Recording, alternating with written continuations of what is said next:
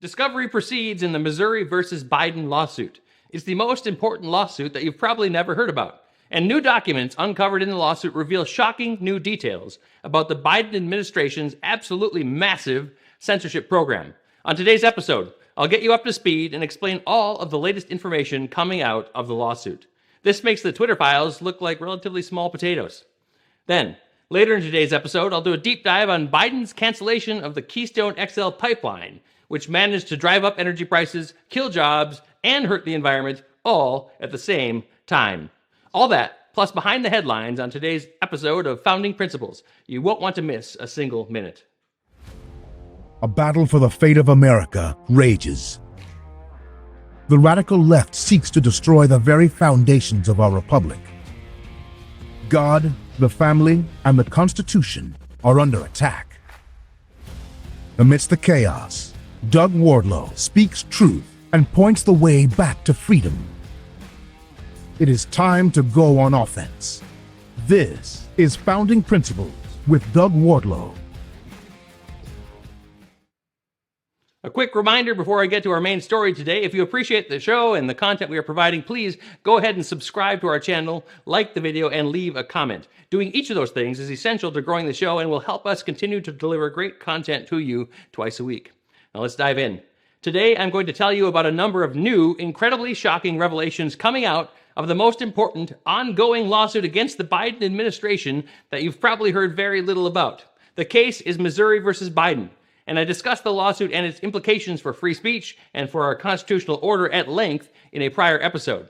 If you haven't watched that episode, I encourage you to do so. The parties in Missouri versus Biden are in the middle of discovery. Documents are being exchanged and depositions are being taken. The discovery process is revealing all sorts of information about how the federal government has been working with and coercing social media companies to censor speech on an absolutely massive scale. The most recent information coming out of the lawsuit, which I'll unpack for you in just a moment, will absolutely astonish you. You need to know about what's being uncovered in the Missouri versus Biden case if you truly want to understand the current threat to free speech and the Constitution posed by the radical leftists in the Biden administration. But first, let me give you just a little bit of background. This lawsuit was brought by the states of Missouri and Louisiana in federal district court in the state of Louisiana against President Biden, former Press Secretary Jen Psaki, the CDC, the Department of Health and Human Services, the Department of Homeland Security, the Cybersecurity and Infrastructure Security Agency, known as CISA, Dr. Anthony Fauci, and others. Former Missouri AG Eric Schmidt and Louisiana Attorney General Jeff Landry filed the lawsuit back in May of 2022.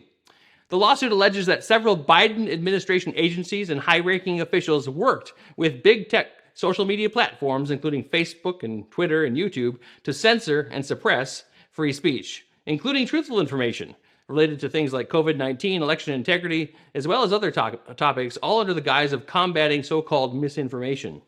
The case asks the federal district court to rule that the Biden administration violated Americans' First Amendment right to free speech, and it seeks an order from the court requiring the Biden administration to halt its censorship activities. Now, the judge in the case has ordered expedited discovery, and the documents being released in that process show that the Biden White House has absolutely no respect for the free speech rights of Americans whatsoever. So let's take a look at some of the important things that have been recently uncovered in the lawsuit. The most recent documents from the lawsuit, released by Missouri's Attorney General, show how the Biden White House's Director of Digital Strategy, Robert Flaherty, and his team have been working to censor opposing viewpoints on social media platforms, including Facebook, Instagram, and Twitter. As you'll see, Flaherty and his team have been very, very hard at work, and they don't seem to even consider the fact that what they are doing constitutes a gross violation of Americans' most important civil liberties. So first up, we have an email from Robert Flaherty at the White House to someone at Facebook. Now, you can see in Flaherty's email, which is the email at the bottom, he remarks to some unknown person at Facebook, the name is redacted, that the top post about vaccines today is Tucker Carlson saying they don't work. Now, Flaherty is also upset about the top post the previous day, which was Tomi Lahren saying that she wouldn't take the vaccine. Flaherty is apparently very upset about those posts. Flaherty's Facebook contact responds that he had noticed the same thing after he had gotten off the phone with Flaherty, and he confirms that he is, quote, running this down now. That's all very interesting, isn't it? It appears that the White House through Robert Flaherty, was essentially issuing a command to Facebook that is shut down and silence Tucker Carlson and Tomi Lahren, suppress their speech because they are expressing views that the White House disfavors. And Facebook appears to have done what they were told. It's also interesting that Robert Flaherty at the White House somehow knows that the top post about vaccines on Facebook that day was the post by Tucker Carlson, and that the top post about vaccines the previous day was the post by Tomi Lahren. Does the White House have access to some kind of special portal at Facebook where they can see the top posts on certain topics that the White House is keen to censor and control? Or was Facebook giving the White House regular reports on top posts on vaccines and other subjects about which the White House has concerns? The email certainly suggests that one of those two things is the case. But whatever the exact details of how it works, it is clear that the Biden White House is actively working with Facebook and, in all likelihood, coercing Facebook to give the White House information about American speech on the social media platform topics of concern, and then they're targeting the disfavored speakers and viewpoints for censorship. And that, of course, violates the First Amendment. But the Biden White House doesn't seem to care about that at all. Then there's this email, where someone at the White House reaches out to Twitter to flag a tweet authored by Robert Kennedy Jr. You can see Robert Kennedy Jr.'s name in the tweet's URL, which the White House digital censor pasted into the email. Robert Kennedy Jr. is a well-known critic of the narrative about COVID vaccines that is favored by the White House. The response from Twitter is very disturbing. They say that they have, quote, recently escalated this. Interesting. It appears that Twitter knows what the White House wants censored, and they're ahead of the game. They are censoring disfavored speech and viewpoints on their platform in anticipation of requests from the White House. Isn't it nice to see White House censors and the Twitter censors working so well together? There's nothing quite like a well-oiled and smooth-running public-private partnership when you need to go ahead and suppress speech and make sure that Americans aren't exposed to dangerous disinformation, and when you need to wantonly violate Americans' First Amendment rights, right? Sometimes, though, the White House censors and the White House's private partnership with censors doesn't quite work out so well. The cooperation breaks down. And, well, the White House censors, they get angry. Take, for example, this email from White House Digital Director Rob Flaherty to somebody at Facebook. Flaherty takes Facebook to task for not doing enough to remove bad information about COVID vaccines from search results. He says that removing bad vaccine information from search results is an easy, low-bar thing social media platforms do to make White House censors think that they are complying with censorship demands. And if Facebook isn't even getting the whole censorship of search results thing right, Flaherty says, well, that raises more questions about whether they are complying with the White House requirements for higher bar censorship activities. He appears skeptical about Facebook's apparent claim to him in a previous note that they have been making sure that recommendations don't include accounts that discourage vaccination, and that they have also been excluding accounts that discourage vaccination from appearing in search results. Then, Flaherty tries to shame Facebook a little bit by comparing them to YouTube and Pinterest, platforms that, according to Flaherty, have been doing a better job at promoting favored information and suppressing disfavored information. Now, Flaherty's cavalier attitude toward violating the free speech rights of Americans is truly shocking and disturbing. He seems to think that he has a right to force social media companies to suppress any kind of speech that the White House disfavors, no questions asked. He treats social media company employees as if they are his own employees, working for the White House's censorship regime. It's all very disturbing.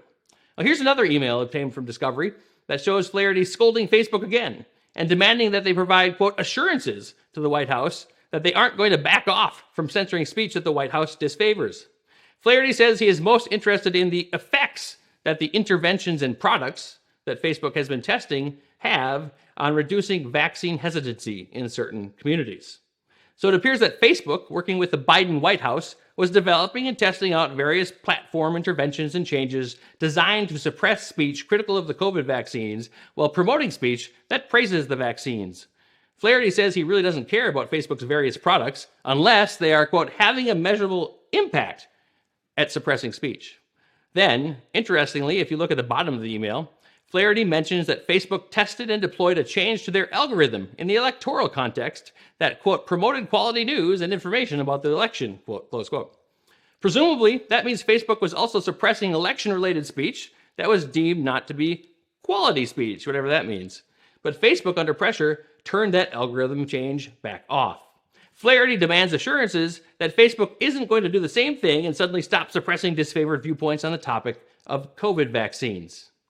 Now, that is some pretty alarming stuff. It is very clear that the Biden White House and its digital director don't believe Americans have the ability to sift through information and make informed decisions for themselves. And it is also abundantly clear that the Biden White House has no qualms about violating Americans' First Amendment free speech rights if that's what it takes to advance the White House's favored narrative with respect to COVID vaccines or election security. And the order to suppress speech appears to have come from the very top, from Joe Biden himself. In another email obtained in discovery in the Missouri versus Biden lawsuit, White House Digital Director Flaherty tells Google that the insistence of, quote, misinformation around the vaccines on social media is a, quote, concern shared to the highest level, and I mean highest level, of the White House. Joe Biden, it seems, and his top advisors are the ones directing what appears to be the largest censorship operation in American history. The First Amendment is in dire jeopardy. Now, fortunately, the conservative faction of the House Republican majority, specifically the conservative holdouts who forced Kevin McCarthy to give up so many important concessions in order to win the Speaker's gavel, well, they have significant control over what's going to happen in the House of Representatives, including the investigations that will be brought. Kevin McCarthy himself has now confirmed via Twitter that the House Republicans' new Select Committee on the Weaponization of the Federal Government will, quote, bring accountability and force the government to answer for colluding with private companies to infringe on Americans' fundamental freedoms.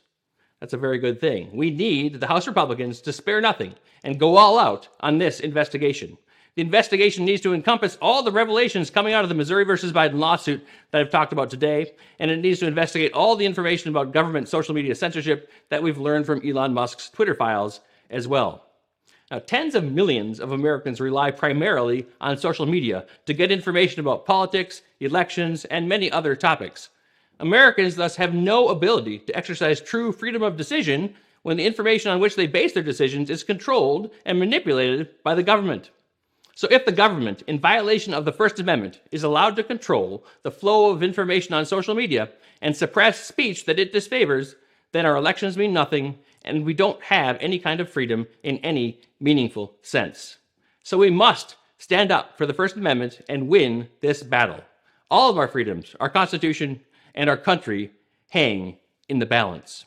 And now it's time for Behind the Headlines. But first, if you have a question you'd like me to answer on the show, please go ahead and record a video of yourself asking the question and submit it via the link that you'll find down in the description. I'll pick the most interesting question and then play the video and answer the question during our next show.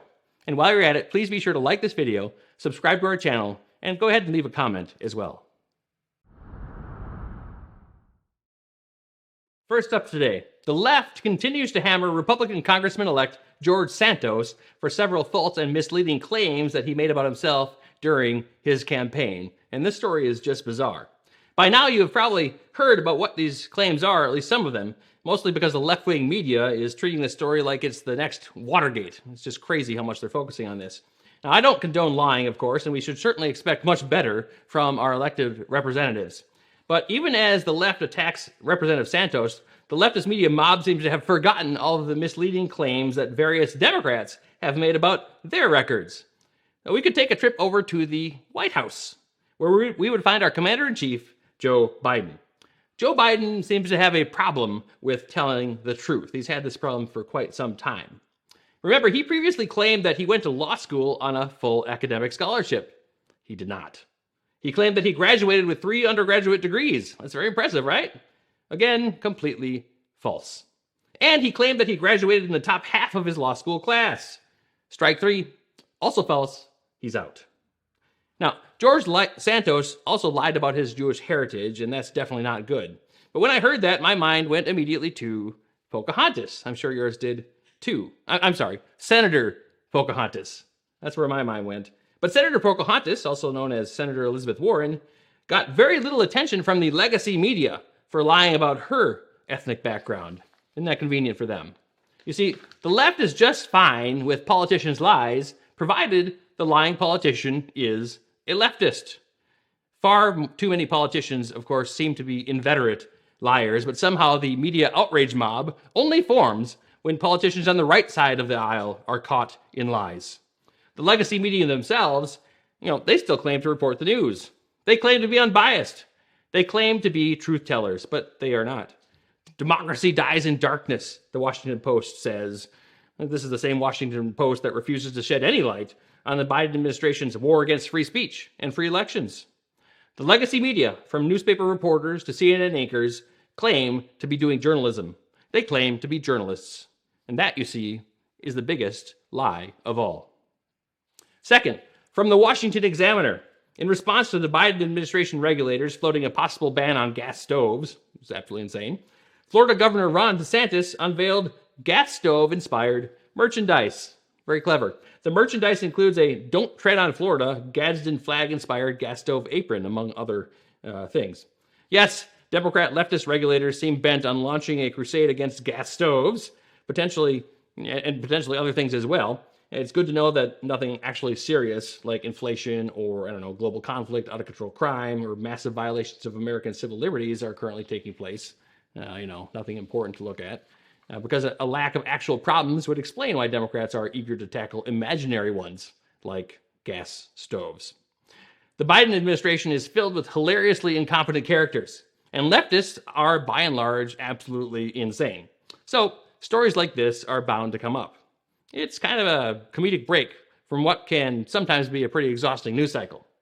But neglecting the serious problems that our nation is facing is absolutely not good. It's reckless, and it is wrong.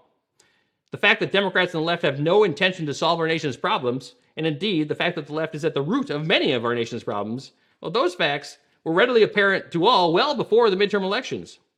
So how on earth is it that the GOP failed to take back the Senate and underperformed expectations in the House in the midterm elections? Well, the first and most obvious point here is this: our election laws need serious reform. All Republicans and most Americans, vast majority of Americans, agree with this. But we all know plenty of Americans that did go ahead and vote for Democrats. Why do they do this when the left has shown such a terrifying vision for our country? When the leftists who control the Democrat Party have essentially transformed that party into an anti-American party, why do people still vote for them? Well, I think it's largely because the swampy rhino establishment elites in the Republican Party lack vision. They aren't good leaders.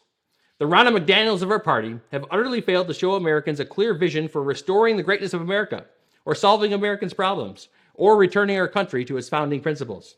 The rhinos don't understand how to connect current policy proposals with deeper values and principles that undergird our country, nor do they understand the great peril that our country is currently in. And they don't understand the nature of the opposition either. The Democrats are no longer the loyal opposition, loyal to the idea of America and American freedom. No, they stand against America and against the Constitution. They seek to tear down this country and replace it with some sort of socialist, Marxist hellscape. Now, not all Americans understand exactly why our country is in trouble, nor does everyone fully grasp the evil forces that want to tear everything down that is great about our country. But just about every American senses deep down that something is very, very wrong, and that in some sense, we could very well lose all of our fundamental freedoms. And the vast majority of Americans still, deep down, care about freedom and still love our country. But if the Republican Party can't tap into those sentiments and connect the dots, if the Republican Party doesn't become the pro-American, pro-freedom party, then our party won't win elections, and it won't be able to help guide this country back to its founding principles. So how did the Democrats get away with being so radical? How did leftists get away with commandeering the entire Democrat Party? Blame our party leaders, like Ronna McDaniel, and our state party leaders as well. Blame rhino leadership toady establishment candidates. Blame all of them, and blame them for their lack of vision. Finally today, according to the BBC News, a huge deposit of rare earth metals was recently found in Arctic Sweden. It's very good news. These rare earth metals are used for many things, including cell phones, batteries, electric cars, hard drive spindles, missiles, and the list goes on and on.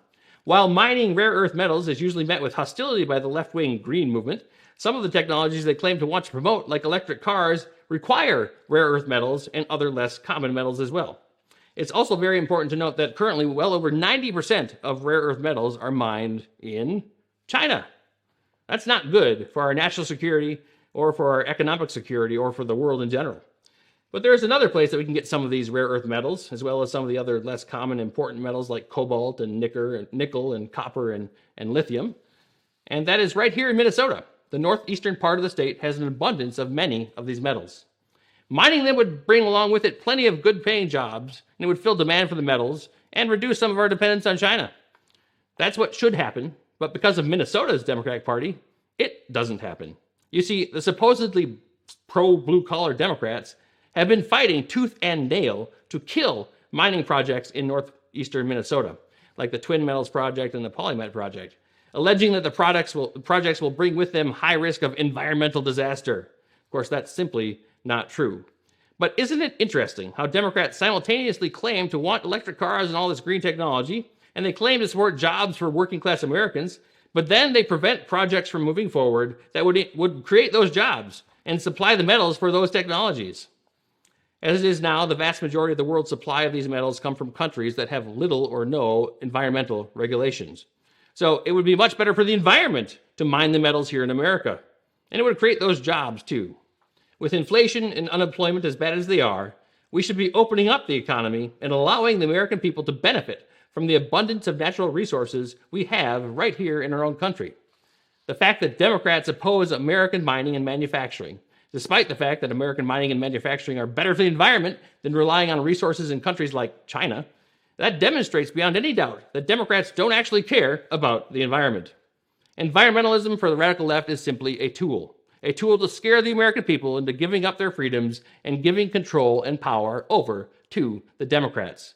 Their true goal is tearing down free enterprise entirely and replacing it with socialism. You see, the Democratic Party doesn't believe in democracy or in republicanism or constitutionalism. The left has overtaken the Democratic Party. They are now the party of godless Marxism.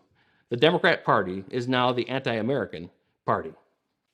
Now it's time for Doug's Deep Dive. Green energy sounds so nice, doesn't it? Electric cars, hydrogen fuel cells, solar, wind. Certainly, some of those things are commendable endeavors, and those technologies are improving. Maybe someday, some of that so-called sustainable energy and technology will power some significant portion of the world. But that day is not today, or tomorrow, or any day in the foreseeable future, really. Whether we like it or not, our economy runs on oil. Technically, oil is of the earth. Decayed dinosaurs and all that. But the truth is, we need that slimy fossil fuel about as much as we need oxygen. Take a look at this. North American transborder freight totaled $1.325 trillion in 2021, up 8% from pre-pandemic 2019. 62% of it moved by truck, 14% moved by rail, 4% by airplane, 7% by ship, and 7% by pipeline. Planes, trains, and automobiles. That was kind of a decent movie, actually. In this case, it's trucks, trains, ships, and planes. Until we can run all those things, all those huge machines on batteries or solar panels, or maybe put big sails on top of semi-trucks. Until moving freight with so-called green energy is feasible, an unlikely prospect, we need our black gold. Electric semi-trucks, hydrogen-powered aircraft, solar-powered boats, those things are still far, far off in the future. So far in the future that planning for their use is beyond premature. We can hardly get a tiny electric car to go for 150 miles on a single charge, let alone a fully laden 18-wheeler. An average semi-truck has a range of about 2,000 miles, by the way. And one Tier 4 locomotive weighs 432,000 pounds. That's just the engine. In 2020, the average freight train hauled 3,197 or 87 tons. As a nation, we transport 1.7 billion tons of goods each year on rail, and that pales in comparison to the 10.93 billion tons of freight we shipped by truck in 2021. Even with all the work being done on electric-powered vehicles, we are far from having even a tiny portion of our economy running on batteries.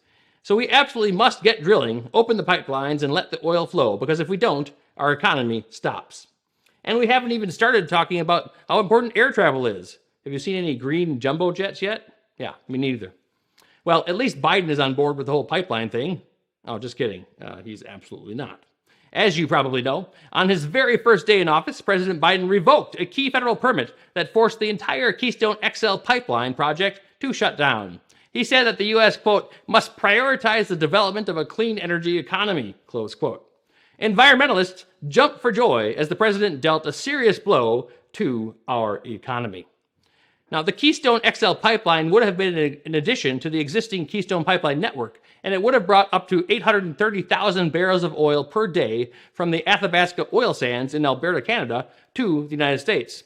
That would have lifted the capacity of the entire Keystone pipeline network to 1.3 million barrels per day, more than doubling it. But Biden essentially canceled it, just as inflation and gas prices were about to shoot up through the ceiling. The pipeline would have been the fourth in the Keystone system, and it was designed to be larger and more efficient than the existing network. At 36 inches in diameter, it would have connected two existing Phase 1 Keystone terminals in Alberta and Nebraska. The existing network is made mostly of 30-inch pipe. Oil still flows from Alberta to the Gulf Coast, but this would have allowed more of it to flow and move it over a shorter distance. The fourth phase, the Keystone XL pipeline project that Biden canceled, began back in 2008, when the pipeline addition was proposed by TC Energy Corp and ConocoPhillips, then joint owners of the Keystone Pipeline network. In April of 2010, the State Department released an initial environmental impact study saying that the pipeline would have minimal effect on the environment. In 2010 and 2011, mounting opposition from environmental groups forced some of the pipeline route to change. By early 2012, Congress gave Obama 60 days to decide whether to continue the project. Not surprisingly, left-wing Obama rejected the pipeline. He said he didn't have enough time to consider it. That year, TC Energy began building the portion of the pipeline from Cushing, Oklahoma to the Gulf Coast refineries, and that part of the pipeline didn't need Obama's approval because it didn't cross any international boundaries. The fighting over the northern portion of the pipeline continued, and in 2015, Republicans passed and sent legislation to build the northern portion of the pipeline to Obama's desk. He vetoed it. Enter Donald Trump. In 2016, he signed an executive order approving Keystone XL, requiring it to be built with steel from the United States. But he wanted to renegotiate the contract. As he did that, a U.S. federal judge blocked construction of Keystone XL to allow time for more environmental studies. Construction finally began in April of 2020, after Trump issued a new presidential permit to speed things up. In early 2021, Thomas Pyle, president of the American Energy Alliance, said, quote, "The Keystone Pipeline is nearly completely built." And he went on to say that the pipeline is, quote, "an important link for North America's economic security." He was absolutely right. So why did Biden doom the project? Well, pressure from left-wing environmental groups, plain and simple. The environmentalists particularly hate the Athabasca oil sands in Alberta because they contain a mixture of sand, water, clay, and a type of oil known as bitumen. The fact that Canada's oil sands are the largest deposit of crude oil on the planet probably has something to do with their opposition as well. I mean, heaven forbid we find energy security in the form of readily available oil on lands owned by one of our best allies and our next door neighbor. We wouldn't want that. That might cause us to continue consuming fossil fuels, heaven forbid. Anyways, bitumen is too thick to flow on its own. At room temperature, it's like molasses. Some people call the oil tar-like, but it isn't tar at all. We have the technology to move and refine it safely. But according to many left-wing environmentalists, extracting bitumen from the ground causes 3 times as much global warming pollution, whatever that is, than conventional crude oil. Refining bitumen does produce a decent amount of petroleum coke, which is another fossil fuel that the Greenpeace socialist ban gas stoves type people hate. They also go on about how bitumen is heavier and more acidic than conventional crude oil, making it more likely to cause pipeline leaks and rail car spills, as if they would be fine with the pipeline if it was transporting just conventional crude oil. We know they would still oppose it just as strongly. But petroleum coke, or pet coke, has many uses. The higher grade, with low sulfur and heavy metal content, can be used to make electrodes, but most of it is used as fuel. Most pet coke made in the United States is exported to China to feed their coal-fired power plants, which it does very nicely.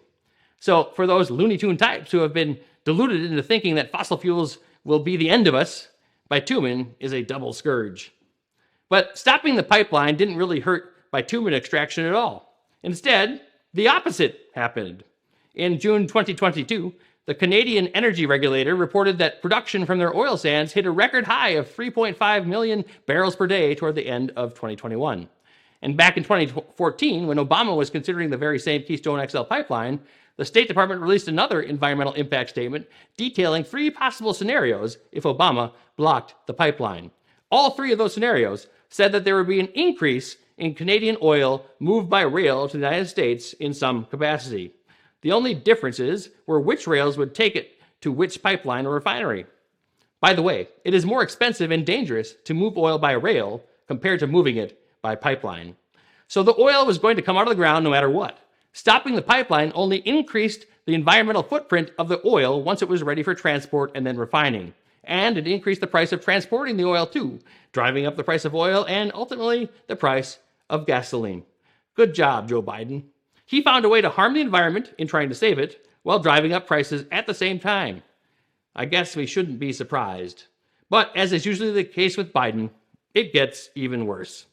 On March 8th of 2022, after weeks of waffling and indecision, Biden finally banned energy imports from Russia in the wake of the Ukraine invasion. Almost immediately, he went running to Saudi Arabia and Venezuela, of all places, asking them to increase their oil output and their export of oil to the United States.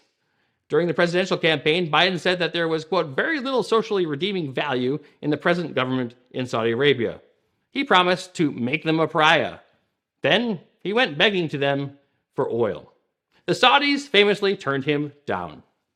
Well, as for Venezuela, he started easing sanctions on them that would allow for Chevron, the last U.S. oil company that's sort of operating there, to negotiate its license with a Venezuelan state-owned oil company. In May 2022, Biden's people said that the easing of sanctions was intended to encourage political discussions between President Maduro and the opposition. According to the New York Post, Maduro is, quote, far worse than we thought. He is a drug kingpin colluding with the Colombian FARC rebels to flood the United States with cocaine. In 2020, the United States charged Maduro with narco-terrorism. Oh, and he is a socialist tyrant who is driving Venezuela and its people into complete ruin and destitution. But Biden doesn't care. For Biden, Maduro is just fine, as long as we can get some oil from him because we canceled our pipeline, crippled our own production, and now we can't get anything from Russia either. Please. And then there is this. Some crafty Republican senators inserted a bill into Biden's infrastructure bill that he signed in November of 21. It mandated that the Department of Energy publish a report on the Keystone XL pipeline within 90 days. Of course, it took longer than that. The Energy Department sat on it for a year, but in December of 2022, the Department of Energy finally released the report, without any public announcements, of course. They just slipped it out there and hoped that no one would notice. Well, it was noticed, and it said that the pipeline would have created between 16,149 and 59,000 jobs, and would have had a total positive economic impact to the tune of between $3.4 billion and $9.6 billion. It's a big range. I bet those huge ranges are put in there to obscure the true positive impact. Also, the labor agreement that TC Energy signed with 4 labor unions in August 2020 would have created 42,000 jobs and over $2 billion in wages for construction of the steel for the pipeline.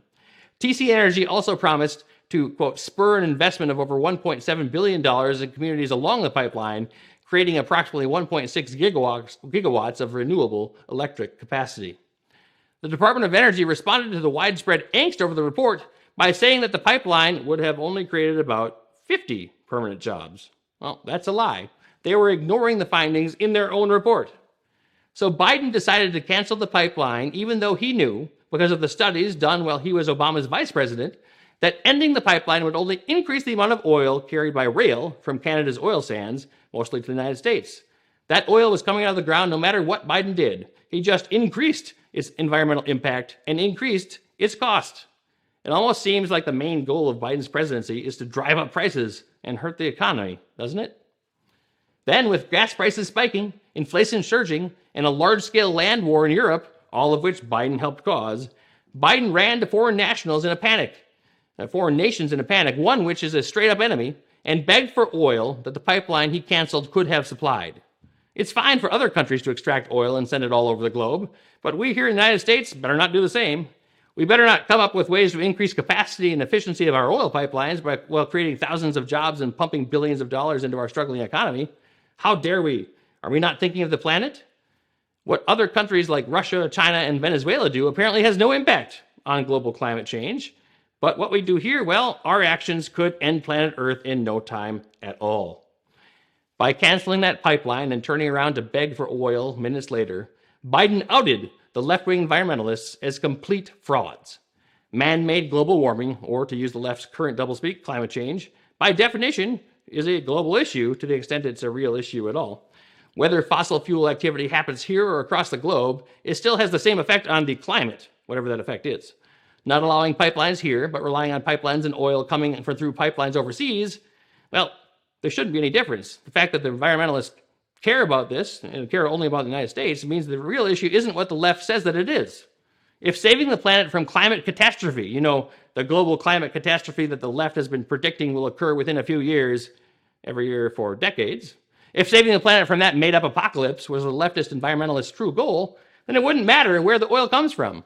Their outrage should be the same regardless of the source of the oil. But the leftists had no problem with Biden turning to foreign nations for oil because they thought it would help their political future, short-sighted as that is. This is all more evidence that global warming, or climate change, or whatever they're calling it now, and all the environmental fatalism, all of it is just political theater, a mechanism to control the American people and force us to give up our cars and give up our meat and give up our gas stoves and ultimately all of our freedoms. You see, our leftist guardians are the ones who should be telling all of us low-class riffraff, how to lead our meager lives in service of the good of the elites. And that's the left's true core principle, America last. By canceling the Keystone XL pipeline, Biden and the left have certainly put America last. Again.